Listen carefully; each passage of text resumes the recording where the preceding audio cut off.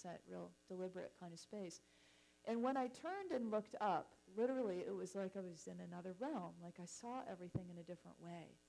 And as I was looking across, the fields literally were like golden fields because the way the light was.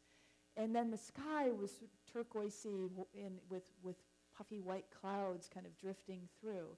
And I kid you not, nobody was in the field except for a man on horseback.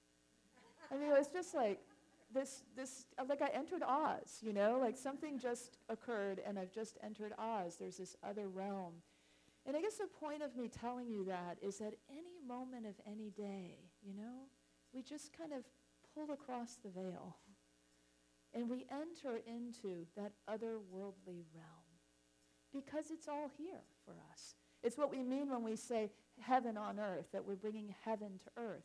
It's here. It's just a matter of us opening our consciousness to it, inviting it in, saying yes to Spirit when Spirit says, go that way, you know, and following those nudges, and it opens us then to that realm that maybe we didn't see a moment ago. Maybe when we were in our sepia or our black and white life, where things were mundane and unhappy in many ways, we didn't notice or know that there could be such a shift in realms. In fact, we thought it was somewhere over the rainbow, if you will. You know, in the story, to remind you of the story a little bit, Dorothy is, she's dissatisfied, basically, with her life. And that's what often spurs us on to the next thing. It spurs on our journey. Sometimes it's a desire, and sometimes it's a dissatisfaction or a discomfort, and often it's a combination of the two. And so in Dorothy's case, she's a young woman. She's in Depression-era Kansas. It's, you know, a dust bowl. She's an orphan. And her Auntie Em and Uncle Henry, while they're doing the best they can, I mean, they're trying to survive, right? So they're more concerned about the survival of the baby chicks than they are Dorothy's need for love and attention and fun and all the things that kids need, right? So the best thing that Dorothy has going is Toto. And then she's got a problem there too, because Miss Gulch, one of the neighbors, doesn't like Toto, and because Toto digs in her garden, right? So then Miss Gulch makes a big to-do of it and takes Toto away. Her one love, right? Her one pleasure, her one joy, her one, place where she gets that love and attention. And so, what's a girl to do? But dream of some other life, somewhere over the rainbow. There must be some other life, right? And of course, Toto's so connected to Dorothy that he runs home. He finds a way to escape. And interestingly enough, Miss Gulch ends up being the Wicked Witch a little bit later. So we've got this storyline going. And so Toto comes back, and Dorothy decides she's going to pursue that life, that other life, that somewhere over the rainbow life.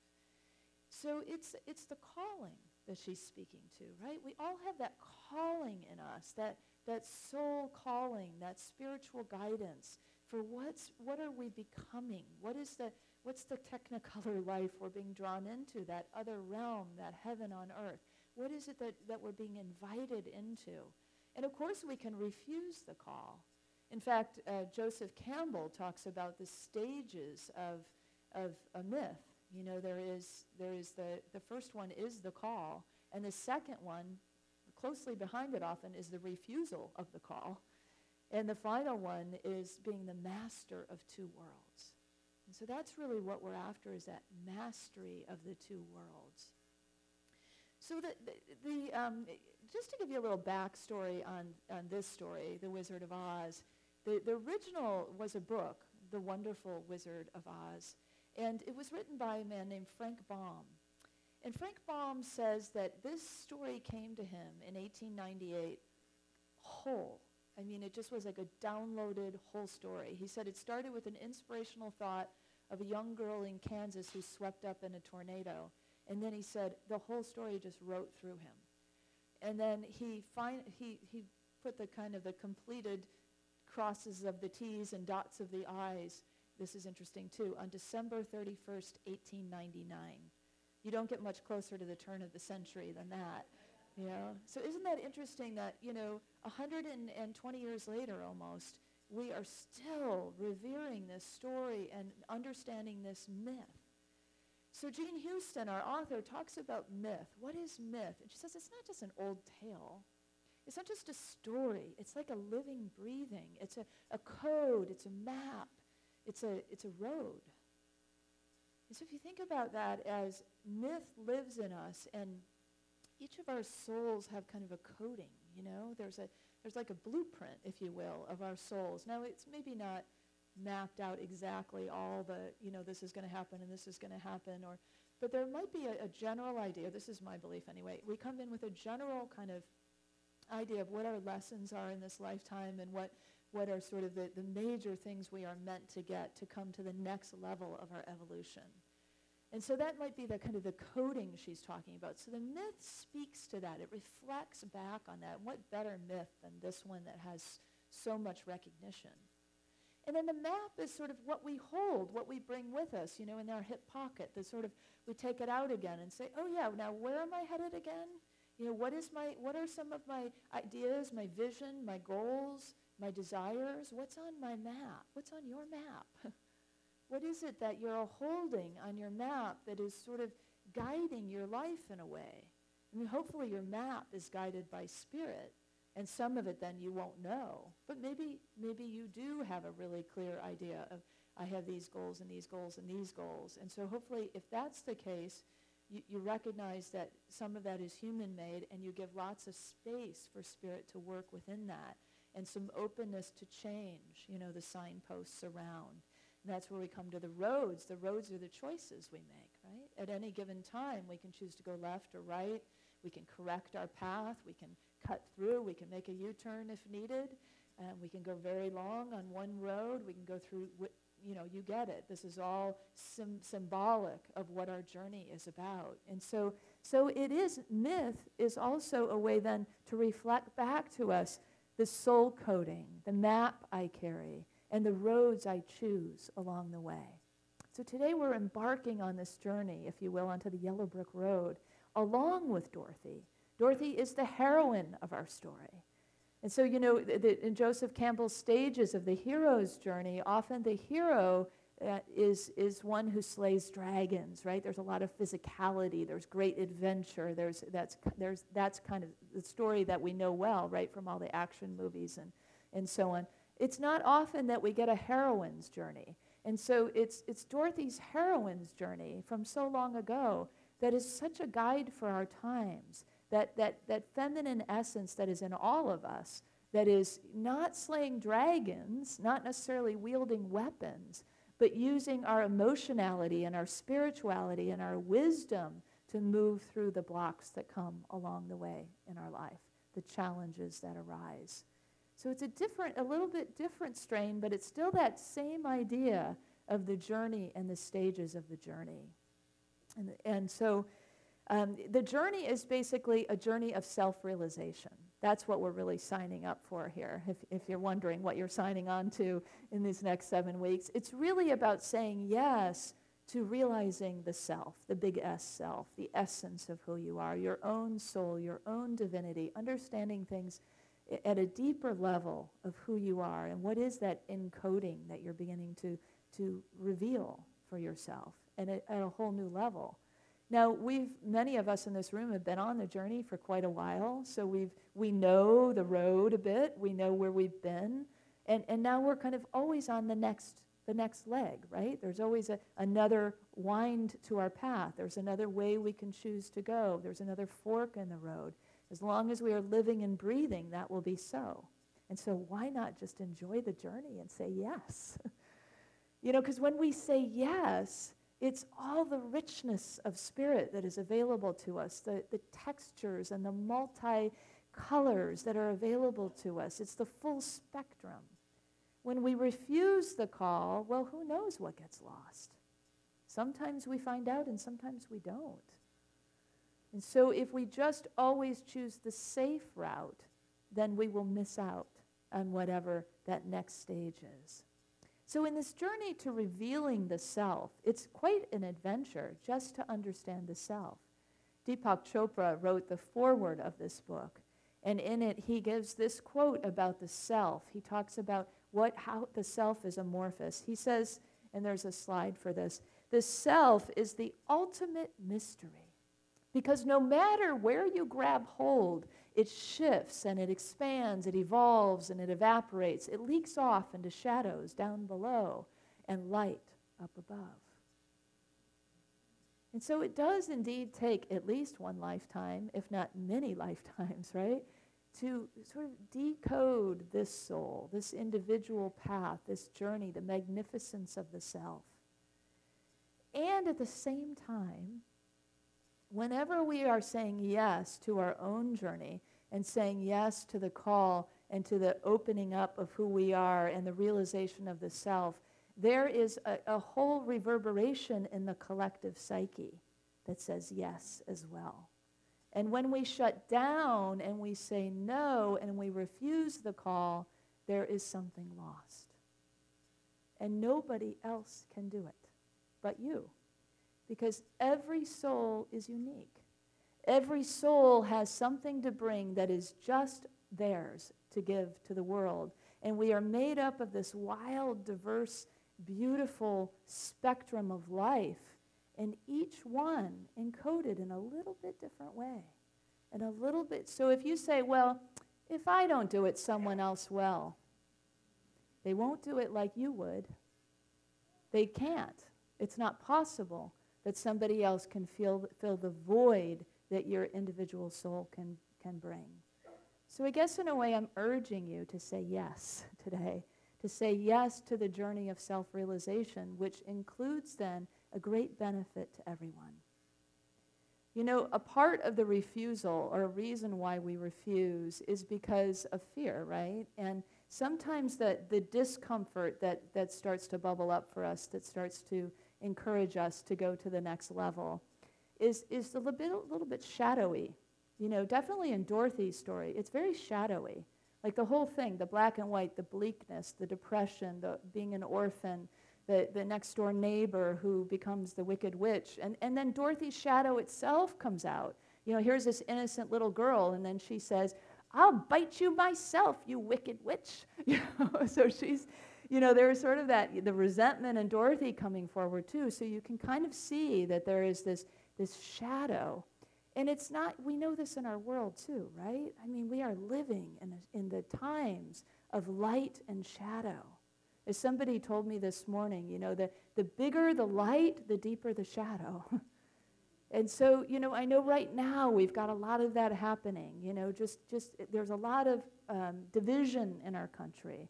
And you know, for those of you who've been tuned into the Supreme Court process, there's this, you know, these very emotional, beautiful, you know, in a way, painful testimonies of two individuals who are representing two different positions in the country, but we can all feel it, right? On both sides. We can feel the emotion of both. And so we are in that place of shadow and light. But what a beautiful place to be in a way. You know, it's hard, yeah.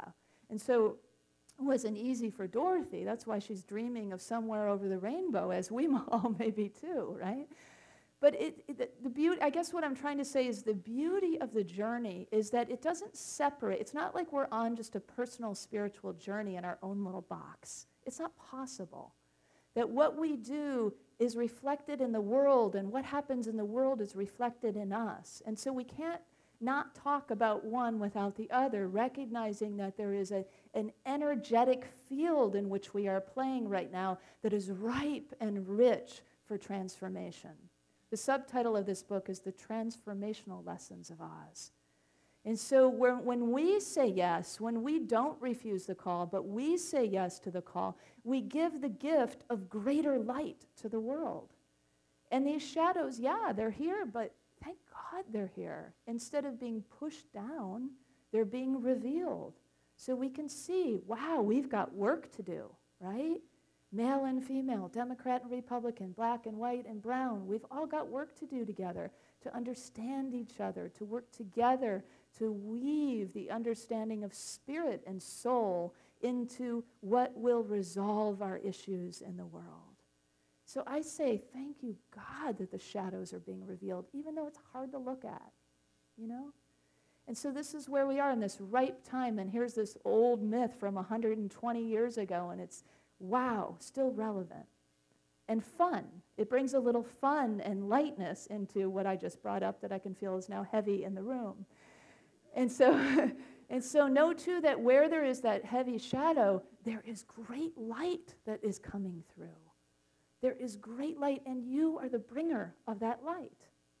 And you are the bringer of that light by simply saying yes to that little urge inside of you where Spirit says, go left, go right, step in. It's time. That dream you had 20 years ago, it's time. The dream that's bubbling up right inside of you and you don't want to get still and you don't want to go into meditation because you just know you're going to come in contact with it again, and then what? It's there. It's like bubbling at the surface. It wants to break through, right? It's like the chick and the egg. It's already pecking its way through. You can't ignore it anymore. It's come. It's time. You know, Dorothy was scared to be, to run away and then to feel the call of Auntie M tugging back to go home. We all say no a lot of times to the call because we don't want to upset the apple cart of our lives, right? It's pretty comfortable. Even if it's a little painful, it's like sort of comfortable pain, right? And so a little discomfort, oh, well, that's just the way it is, which we talked about last week, right? But it's not, but there's more. There's always more. And if we say yes, if we don't refuse, and if we understand why we refuse, it helps us. So part of the refusal sometimes is not only just fear, but it's also this misinformed idea of selfishness. In Chinese, there's two definitions for selfish. One is the one we typically refer to, this idea of like blatant harm to somebody, to do something for your own good that is going to blatantly hurt somebody else. But the other definition is to simply do something to better yourself. And a lot of times in the English language, we get those things confused. And we say, well, if I do something to better myself, Auntie M's going to be upset. Auntie M's going to miss me. Auntie M's going to be sad, or Uncle Henry, or whoever in your life.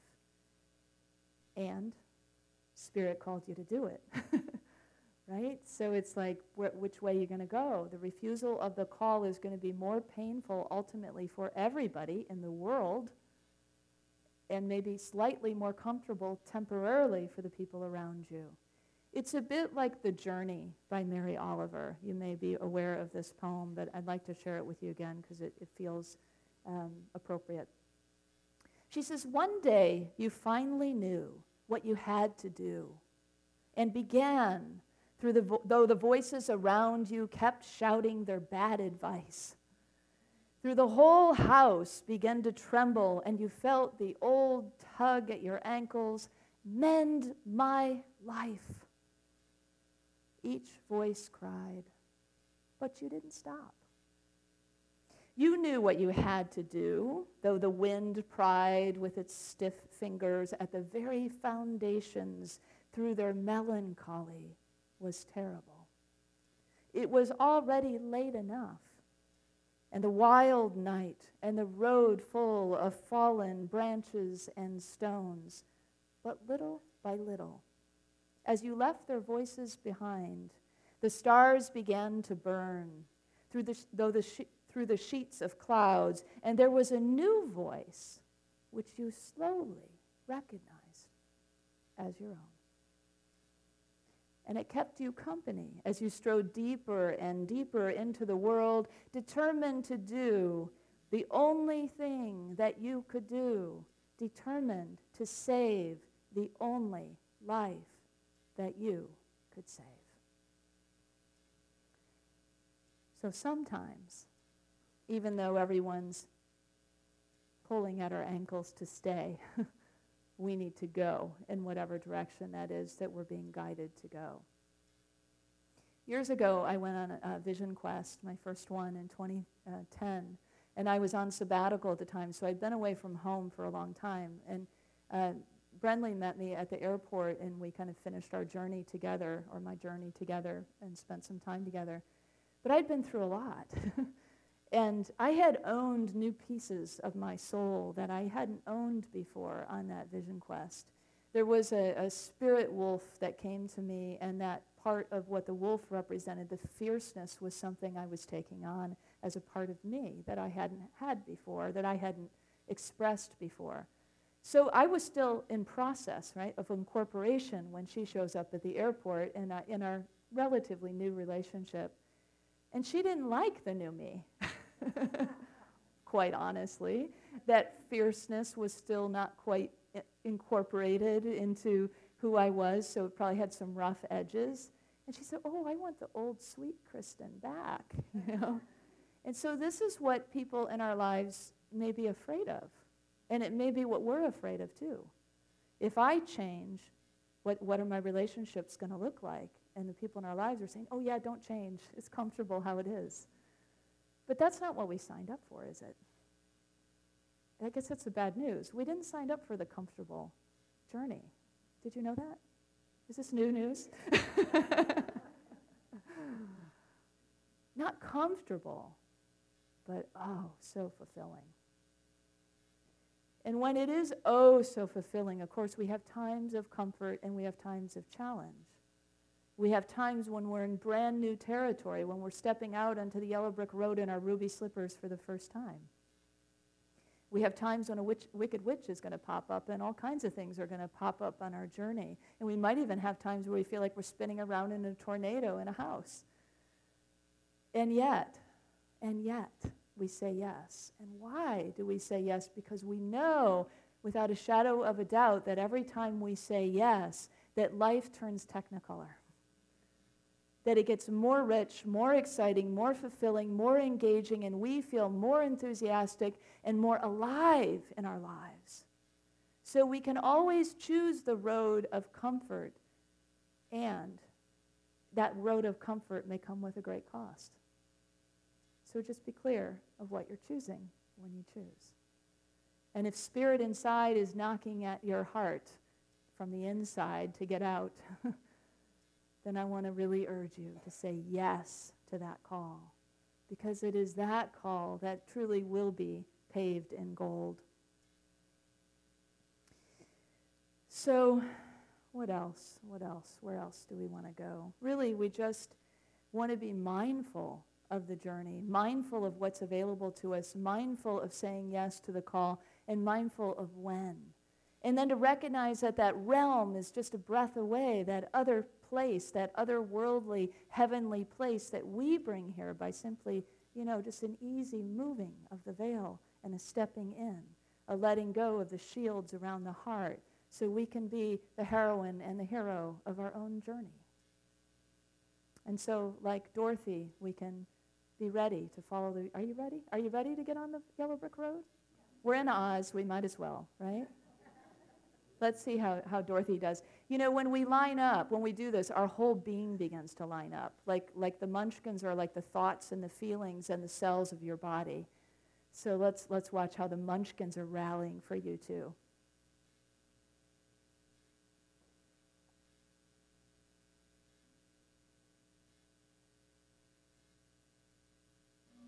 Follow the yellow brick road. Follow the yellow brick road.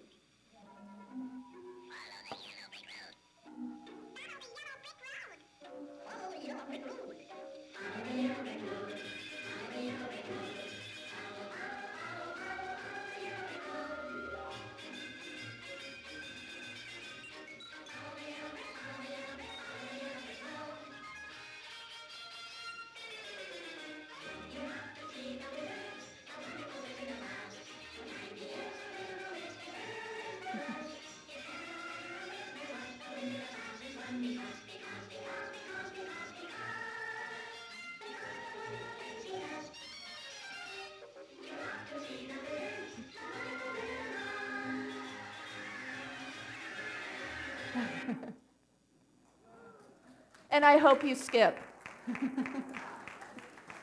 So we are on this journey of self-realization, and let's say yes to it together. I say yes to the journey of self-realization. Let's say that together. I say yes to the journey of self-realization. And so it is.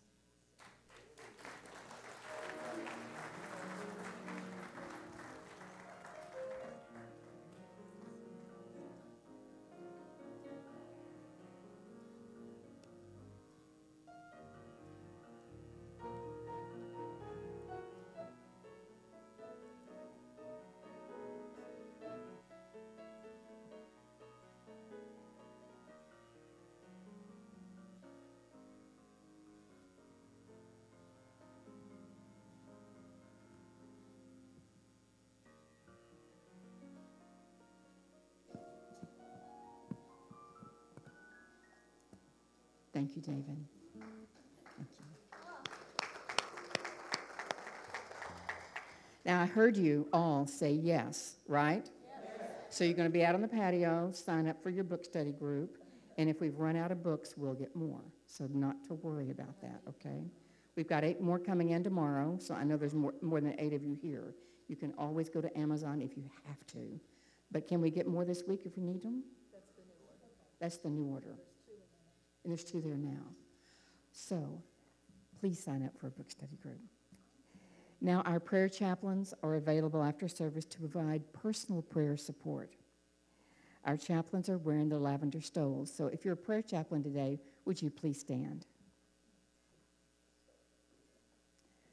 Looks like we have 4. You're in luck. So you can all grab one afterwards and enjoy that very, very deep transition of personal prayer.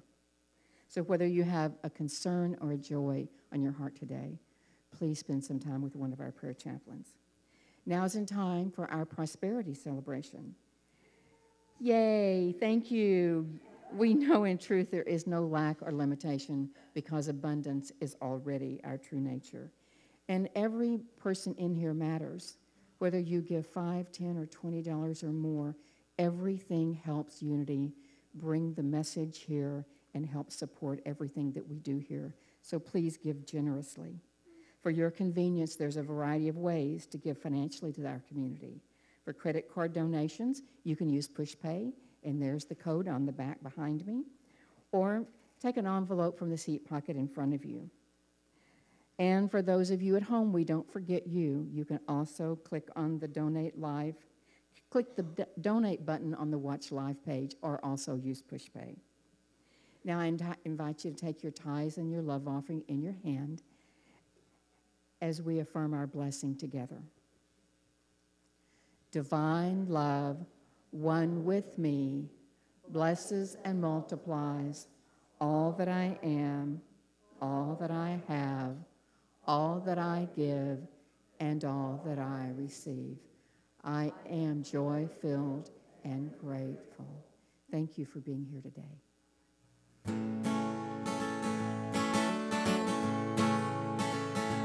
Sun comes up, time's at hand. There's a stir across the land, and so begins another day on life's highway, on city streets, down country roads. Like a stream, the people flow, seeking truth with every day on life's highway.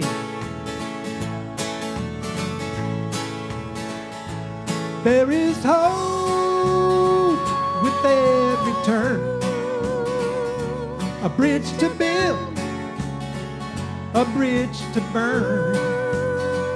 And we stay strong when we take the time to pray on life's highway.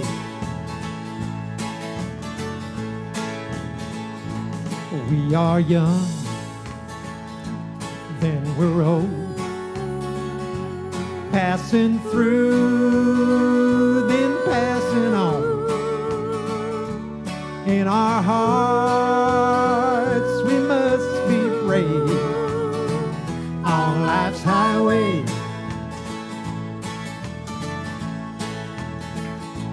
Step by step,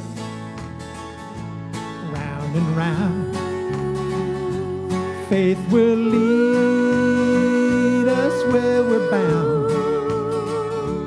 From the cradle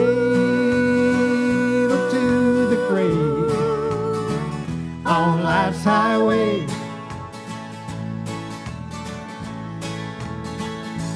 There is hope with every turn, a bridge to build, a bridge to burn. And we stay strong when we take the time to pray on on life's highway.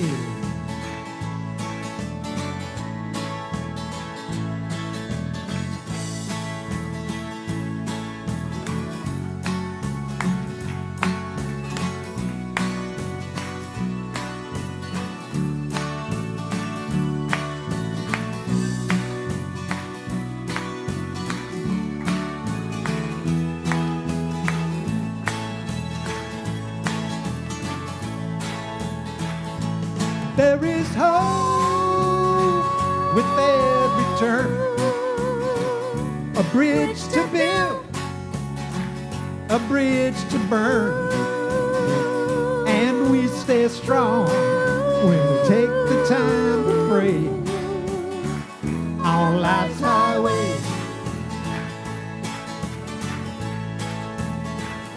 The sun comes up, time's at hand.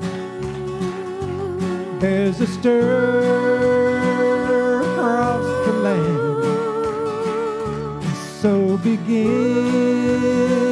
another day on life's highway. And so begins another day on life's highway.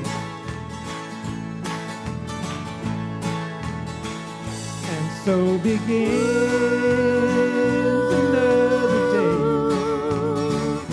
on life's highway.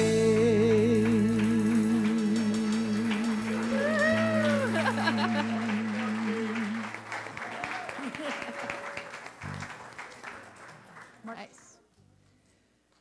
Oh, let us bless this abundant good, abundance of our connection with one another, and abundance of the journey we embark on together, day after day, launching into a whole new leg of the journey.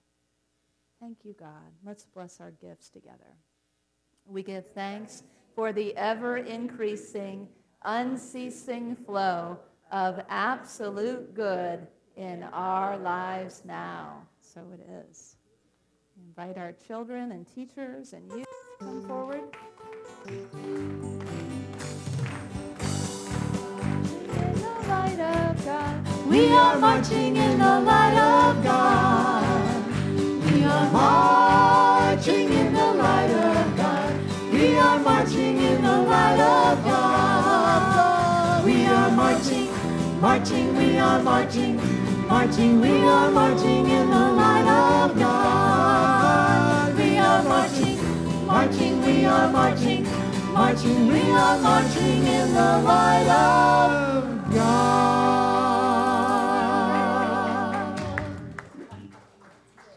welcome. What happened today? Well, the children learned their prayers, and they all put wonderful insight on prayers and sending love, and they did lots of playing and praying. Awesome. Good. Well, we're off to see the wizard in here, so we're hoping you guys will join us. All right, let's bless our children, youth, and teachers. Children, youth, and teachers, we love you, we bless you, we appreciate you, and we behold the divine light within you. And if you'd like to take your neighbor's hand now, we're going to close out with our prayer of protection and our peace song. Together, the light of God surrounds us. I am light. The love of God enfolds us. I am love. The power of God protects us. I am power. The presence of God watches over us.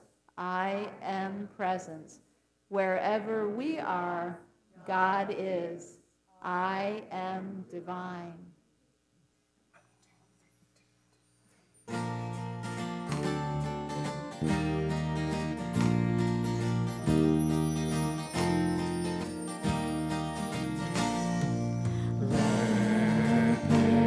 Be peace on earth, and let it begin with me.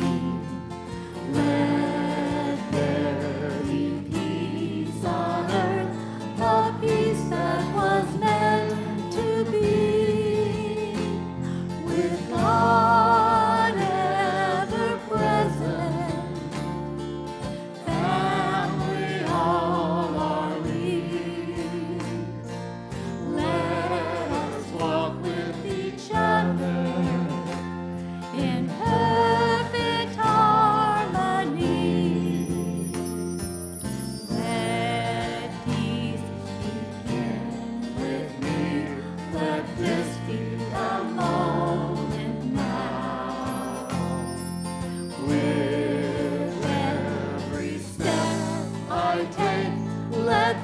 be my joyous vow, to take each moment and live each moment in peace eternally.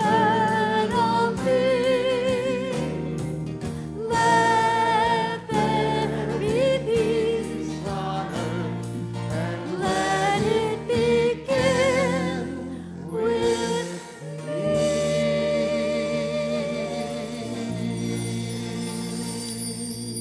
You are the light and the love and the peace on earth right now. So let your light shine and have fun.